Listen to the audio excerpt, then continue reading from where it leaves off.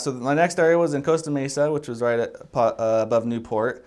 And that was when I was in the Marshallese branch. So my companion was from the Marshall Islands. So and he was originally, well, he's from Hawaii, but originally from the Marshall Islands.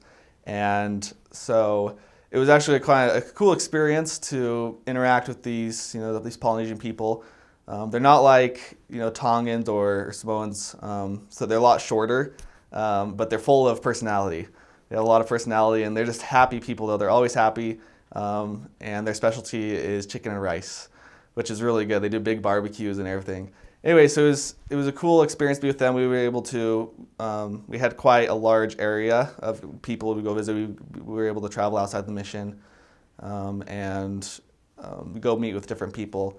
This was a fairly new thing for these kind of people. A lot of them came over from the Marshall Islands, and they weren't they had a Christian background, but hadn't really heard of the LDS Church or knew much about it. But they were really receptive to it. They loved the gospel, and they actually did a really good job at fellowshipping each other and becoming closer. That's just kind of what their culture is they stick together as a family. Usually in an apartment, there'll be 2 or 3 different families living in one house. So it was a great experience, and be able to learn the language a little bit, and just seeing a different culture was influential, and it was a good time at the mission.